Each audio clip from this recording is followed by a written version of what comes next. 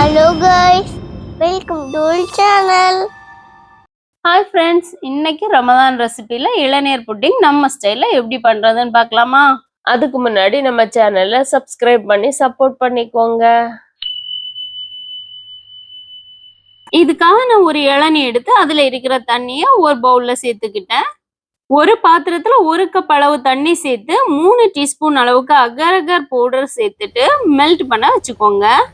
வெட்டின இளநீல தேங்காய் இல்லாததால நான் 1 கப் அளவுக்கு கோகனட் பல்ப் எடுத்திருக்கேன். இது கூட 1 கப் அளவுக்கு கோகனட் மில்க்கும் தேவையான அளவு சுகரும் சேர்த்து மிக்சியில ஸ்மூத்தா அடிச்சு எடுத்துக்கோங்க.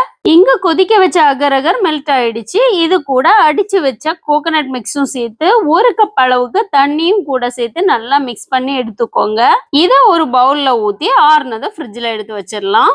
அடுத்ததா 1 கப் அளவுக்கு தண்ணி வச்சு அதுல 3 டீஸ்பூன் அளவுக்கு அகர் பவுடர் சேர்த்துக்கோங்க. தேவையான அளவு சுகரும் சேர்த்து நல்லா கலந்து விட்டுக்கோங்க.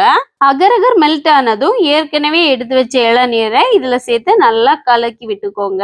இது கொஞ்சம் ஆறுனதும் இந்த மாதிரி ஒரு கரண்டியை இடையில கொடுத்து ஊத்தி எடுத்துக்கோங்க. எப்பவுமே செகண்ட் லேயர் ஊத்தும் போது சூடா ஊத்தக்கூடாதுன்னு நான் உங்களுக்கு சொல்லுவேன். ஆனா நான் அதை மீறிட்டேன், அதனாலதான் கொஞ்சம் மிக்ஸ் ஆகி வந்திருக்கு. இதுக்கு மேல கார்னிஷுக்காக கொஞ்சம் மாதுளை விதையும் சேர்த்துக்கிறேன். இதை ஃப்ரிட்ஜில் 1 hour வச்சுட்டு எடுத்தா சம்பவம் ரெடி. இந்த ரெசிபி உங்களுக்கு பிடிச்சிருந்தா ஒரு லைக்கை தட்டிட்டு போங்க. பாய், அஸ்ஸலாமு அலைக்கும்.